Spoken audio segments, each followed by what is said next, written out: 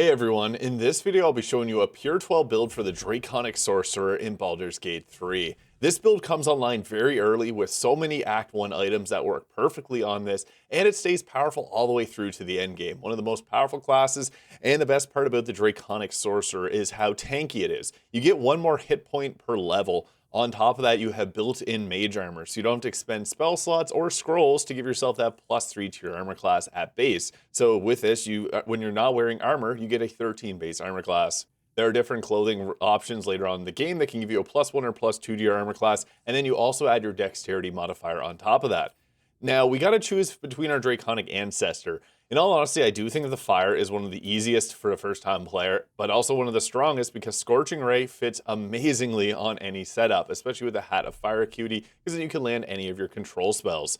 I'm also a big fan of the lightning choices here, as Chain Lightning, getting a damage boost is nice, and Cold is also good. I'm a personal favorite is Cold for Cone of Cold and Armor of Agathis. But I'm going to go with the Fire Draconic Sorcerers. I think this ends up being the strongest. We add our Charisma modifier to our spells on fire damage, and what's great about that is Scorching Ray is a multi-hit fire damage attack, and one that we can use to set up our more powerful spells to land. Now, with our ability score spread, I would recommend, if you got the Hag's Hair, take your Charisma to 17 and use it on your Charisma. I would recommend actually having your Dexterity at least 16. So a stat spread of this works very well. Alternatively, you can put your Constitution points into your Dexterity points into Constitution, like that. But I think with the amount of extra health that we get, it's a little bit better to have the higher Dexterity for better initiative and armor class, because your Sorcerer wants to go first. And you can also remove the scales if you don't want them. As for our cantrips, if you're the face of the party, you want to grab Friends. If you're on Tactician or higher, you got to be careful after 10 turns. It could potentially cause enemies to become aggressive. If you're not the face of the party, Mage Hand is another good choice because you can use this to throw water bottles or healing potions. Water bottles being able to set up double damage on Cold and Lightning. I would always recommend having Firebolt on this build, and Bone Chill because this can stop targets from receiving healing. There's a few fights where this is going to be nice, like at the Act 2 finale. And Minor Illusion is really great too because you can use this to group enemies together before combat starts and then drop something like a fireball on them. I'll also recommend Ray of Frost. It's kind of similar to Firebolt in that it's a spell attack roll, but it reduces the target's movement speed by 3 so you can kite them around. It's nice to have a bit of coverage too if you didn't want Minor Illusion. And for the spells, I would recommend always having Shield for the +5 to armor class. This will save you so many times, especially in the early game when you don't have Counterspell. And we'll also add on Magic Missile here for additional damage and guaranteed hits at that, which is great when you consider the meta magics that we get at level 2. Distance Spell can increase your range by 50%. I like to take this because sometimes you're not able to hit anybody, but a Magic Missile will find its way to somebody. This is great. Another fantastic choice is Extended Spell. Now this one works a little bit differently than people realize. You can increase the ice surfaces from Ice Storm to 4 turns with this. Things like Crown of Madness you can also extend. And on top of that, we can also use this on Globe of Invulnerability at the late game. This is a very powerful ability, and it also doubles the conditions that you get from your gear. So if you apply like Arcane Acuity or things like that, you can increase the duration, which is just super useful. I would also recommend Twin Spell, as Twinned Haste is very strong, as you can give yourself and someone else an extra action. The spell we'll take at level 2 is Thunderwave. The pushback is really nice from this, although Chromatic Orb for coverage can also be nice. I just think that the Thunderwave is great for certain situations where you need the pushback. Level 3 gives us our next meta magic. Quickened Spell is the best choice here. A bonus action spell for 3 sorcery points is fantastic. This lets you cast any spell in the game, unlike how it works in like tabletop D&D, so it's great. Now for our spells, I would actually recommend at this time to take Scorching Ray for our main damage option. Hold Person is also useful because at close range, this gives you free crits on your Scorching Ray and guarantees that you'll land them. So these synergize very well together, and that's what we'll be taking at our next level. So level 4, again, Hold Person being a fantastic choice, although I do want to mention Misty Step and Mirror Image also being great for increased 9 armor class, and you lose 3 every time you're hit, and Misty Step for the teleportation.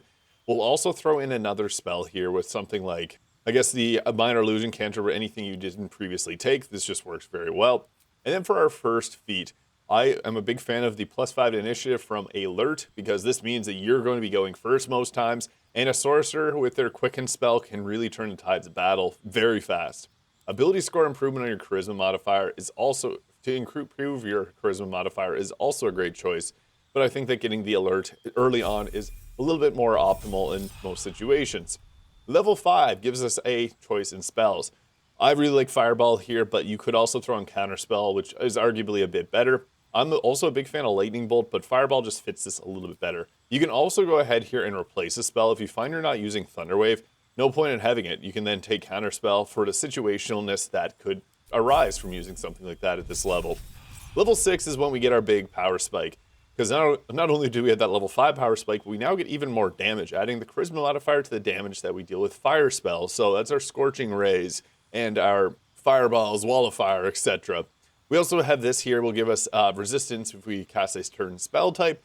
This can be situationally nice. You got to know what you're up against, and typically you're not going to be casting those spells, but you can get resistance to it to give yourself a bit more tankiness if you really wanted to. And our next spell that will be taken, I like to take Lightning Bolt here, but if you have Twin spell, Haste, Twinned is very good. I'm only going to mention it here just because a lot of people like Haste, and some don't, so you don't have to take it. You could take Haste or even take Lightning Bolt for just more pure raw damage. Lightning Bolt sometimes will hit more targets than Fireball will, so it's nice to have the options. Level 7 gives us a really good spell here with Ice Storm. Now, we're mostly going around fire damage, but being able to get 2 turns or potentially 4 turns of ice using a single sorcery point in a spell slot like this is great. It's crowd control and damage, so it's worth taking. And we could alternatively also throw on Confusion, which is not a bad spell when you get your spell save DC boosted. Basically what it does is a 50-50 chance of just attacking a random character or skipping their turn. Pretty nice. They can still attack you, but it's not as likely. It's a good option, but some people don't like taking that. It's actually a very large area of effect, and you can upcast it for larger areas if you really wanted to. I also want to mention Greater Invisibility, and we're going to go with Wall of Fire because I think this build actually utilizes the best because this is crowd control. You can set up a wall, deck save like Fireball, but it's good fire damage, and if you set it up in a smart place, you can hit a lot of targets, and often. Level 8's feat, I'd recommend taking our Charisma modifier up to +4 now to take it to 18, or if you have the Hag's Hair, it'll be 20. Really good because, again, that's adding more raw damage. Now, next level, I would recommend taking Cone of Cold or Hold Monster, which is really good into some bosses into Act 3. Paralyzing a creature, and again, your Scorching Ray crits, your Fighter crits, everybody crits at close range, 3 meters range. And Cone of Cold being great because it's 88 of cold damage and con save, which is a little bit trickier to land, but it's a very high damage option. Again, if you have Mage Hand to throw a water bottle, it's going to get double damage. Pretty nice. We get another cantrip here, and at this point, we already got basically everything we want, so I guess you could go with, if you didn't take Friends, a Shocking Grasp is the last option. And we'll take the Hold Monster there. You could take Dominate Person. Sometimes this is fun, but not the most optimal spell in the game. It's still great. Misty Step and Mirror Image are 2 other choices again that we could go with. And we're going to take the Twin spell here, which I didn't take previously. There's something crazy about this, though. If you have Marika Heshker and you use the Bolts of Doom, you get a Chain Lightning that you can actually twin with this. It's a little bit of a glitch. It hasn't been patched, though. They previously patched this, so Chain Lightning didn't work with this because that was crazy. And the staff still works, so just a heads up on that. If you want to be overpowered, that's the way to do it. Level 11, we can fly. You don't have to take the Illithid ability. They can fly now. They can fly now, and we can too. We'll also then take Chain Lightning, which again is a very powerful spell. Although I do want to mention Globe of Invulnerability, 3 turns of immunity to all damage. Extended spell makes that 6 turns, and if you use something that resists you from being shoved or pushed around, you just stand there and you're invincible. It's actually pretty crazy, and it breaks Baldur's Gate 3 in a sense, but it's a spell. It's meant to be used. It's in the game. It's not a mod. Yeah. I'm going to take that. I would actually recommend taking it before Chain Lightning, but Chain Lightning, big number, happy brain. At final feat, I'd actually recommend taking a Charisma increase, but I do want to mention Dual Staves is a lot of fun.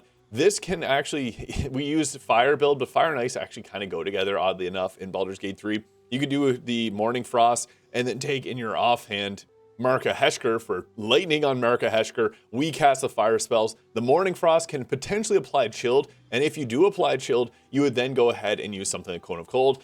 That makes you really good, but I honestly just think that Charisma increases a little bit better. Just want to mention that though. And this outfit is the Selûne gown from the Celestial Threads mod by Eridea. Hey, now for gear, actually one of the earliest options that we have is the Protectee Sparks Wall here, which will give you a +1 to spell save DC and a +1 bonus to armor class and saving throws as long as we have lightning charges. Unfortunately, this is in Grimforge, so you do have to work a little bit into the game to get this, but unfortunately, there's really no other robes. That once we get to level or Act 2, we got the Potent Robe, which is going to be something we wear until we get to the later game. This gives us our charisma modifier added to our cantrips, which is just great, but also temporary health and a +1 to our armor class. So both of these will give us the higher armor class that we want. Dexterity modifier and draconic resilience adding +3 each. Now, the best hat and the actually best item for this build in general is the Hat of Fire Acuity. I also want to mention the Pyro Quickness hat, because when you deal fire damage, you get a bonus action for another quicken spell. But I do think the +10 to our spell save DC and spell attack rolls from this is great, because Scorching Ray will give us a +10 immediately if we land all of our shots on level 4 or level 5 and level 4. Whenever we get this too, we're actually going to be landing all of our other spells too, which is great for things like Hold Person and Hold Monster, which are a little bit harder to land. When we get that +10, it just makes it so much easier. The enemies have a hard time resisting that. You could also use the Hat of Storm Scion's power if you don't have the Hat of Fire Acuity. Cloak of Protection is great for boosting our armor class, but I do want to mention the Cloak of Displacement, which can give enemies disadvantage on attack rolls, so they're less likely to target you. I did mention the Potent Robe into the mid game, but I also want to mention once we get to the late game, you could throw in the Ballast Armor, although it's not really good. It's better for supporting our other teammates. Robe of Supreme Defense is another good choice too, and the best choice would be to go with the Robe of the Weave for the +1 to spell save DC, spell attack rolls, the healing, and a +2 to our armor class. So that's my personal preference, although if you got Raphael's Helldusk Armor, that's honestly a good one to throw on too, but I want to keep it just the robes here today. But I did mention items you can use through Acts 1 and 2. The Gemini gloves are some good gloves to use. Alternatively, you can throw on like the Wondrous gloves in Act 1. It's for bards, but a +1 to your armor class is worth taking. Also, things like the gloves of belligerent skies here, additional reverberation stacks in the enemy is really nice too.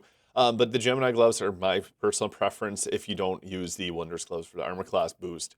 And we're going to go with the Boots of Stormy Clamor here for plus reverberation whenever we apply a condition. If you got the Illithid ability drain, this will proc it automatically, or things like Ray of Frost, anything that's going to apply conditions. Now, we can also apply conditions using the Coruscation Ring here. Whenever illuminated by a light source, we inflict radiating orbs on the target for 2 turns. This is great because it's just kind of feeling itself back together. But another option between items I'd actually want to recommend is throwing on the Gloves of the Belligerent Skies here, and then taking something like the Nair's Disintegrating Nightwalkers, so you can't slip on ice and you can move around more freely and you get Misty Step, and then put it, or even the Helldusk Boots, which will make it so that you can cast Cloak of Invulnerability and cannot be moved at all. And then what we'll do is, since we don't need the Ring of Free Action, which does the same thing here, we can actually go ahead with the Callous Glow Ring, which will give us 2 points of radiant damage, which procs this and procs this all together, and deals 2 points of extra damage on our spells. It's great. Now, we're not proficient with bows, but the Hellrider Longbow can give you a +3 to initiative. There's also the, there's one that adds your resistance to fire and cold damage. It's called the Dark Fire Short Bow, so if you want to get resistances, that's great. Act 1, Morning Frost, one of the best weapons in the game. It can apply chilled until we start going into more fire damage when we hit level 6. Once we get to higher levels, Marika Hesher is going to be the best, but this is a good one in the early game. There's the Staff of Arcane Blessing, which works pretty decently. The Creation's Echo can be kind of interesting to give yourself resistance to damage types without spending sorcery points. But Marika Hesher is truly the best because Twin Spell lets us do some crazy stuff with this. I also have Viconia's Walking Fortress on here, but really the best available. There's ones that gives you a +3 to initiative with a Sentinel Shield. That's quite nice as well, because we want to go first. Now, honestly, don't forget, you don't want to forget Kreska's Favor, but even though we're using light fire build, it's a little bit better to take the lightning charges from this, because this adds even further damage onto our weapon, but it gives us that crazy double chain lightning that we can do by taking Twin Spell, and then bomb. 6 sorcery points, but that's 2 for the price of 1. It's pretty crazy. I also have the Amulet of Greater Health on, just to give us some more survivability. Although the Parry Up to Wound Closure, if you want to have someone heal you often, is great too. The Spell Savant Amulet will give you another level 2 spell slot for more Scorching Rays, which is great earlier on in the game. And the Psychic Spark is honestly one of my favorites, because it gives you another Magic Missile. That's a just nice damage upgrade. What's great about Magic Missile is if you have someone with Valor Alluve in the early game, that's 1d4 of extra thunder damage on all of those Magic Missiles. That's pretty crazy scalable damage. On the first turn of combat, our first priority is Scorching Ray, because when you upcast this, we're going to get additional rays, and you can actually do something a little bit crazier. If you have someone, again, with Valor Alluve to double or add additional 1d4 of thunder damage, it's best to have them up close, but the thing is, we're going to use this to further enhance our later spells. We can get the Elemental Affinity if we wanted to, not necessary, and it's going to ask you for crits every time, which is kind of annoying, but you saw there we took out 2 targets, a bunch of extra damage applied to that, and now we got ourselves a +10 to our Arcane Acuity, which makes our spell save DC 29. This means that the enemies are going to have to roll a very high number to succeed on the spells that we are casting. Now that we have our spell save DC really high, we can go ahead with some of the more powerful spell options like Hold Person if we wanted to lock down a group of enemies. I'm going to go ahead with a very powerful twin spell, Chain Lightning. This is, if you really want to maximize the damage that you're doing, this is kind of the way to do it. A 2-turn blast with that, with haste on your character. That is the strongest single target damage, or that's the strongest damage I think you can put out on any character possible just because of how absurd a double Chain Lightning is. That's a level 6 spell that we're getting basically 2 castings of for free. So yeah, and you see there, 95% hit chance on every target. So when we blast away with that, that takes out everyone. That took out 3 there and took out 4 here. That's pretty nuts. So yeah, strong build. Now we also have, we're burning through our sorcery points really quickly, but we got 2 quickened spells left, which we can use to then do something like Hold Person, and we can actually upcast this to a level 3, and there's 2 there. We have a 99% hit chance. If we upcast that even further, we would have been just solid. They skip their turns. Again, this build is absolutely absurd how strong it gets. We have the Scorching Ray to set up. And then now these are going to be free crits when we're at 3 meters range. And then we can just blast away each of these targets. Guaranteed hit basically on all of them. And boom, that was combat over insanely quick. This is one of the strongest builds in the game. Now I did use a little bit of a cheese there with the double Chain Lightning. This is not something you can do in the till late game, but the general flow to combat is to keep in good positions, stay a bit away from enemies because we do have our distance spell here to increase the range of magic missiles so that we can actually hit a lot of targets through walls and stuff. Set up with your Scorching Ray as soon as you get to Act 2 with the Hat of Fire acuity, and you can also use Extended Spell and things like Ice Storm. We got lots of powerful options for damage with this build. Let me know if you have any questions in the comments. Hit the subscribe button below too if you enjoyed, and I hope you guys all have a fantastic day.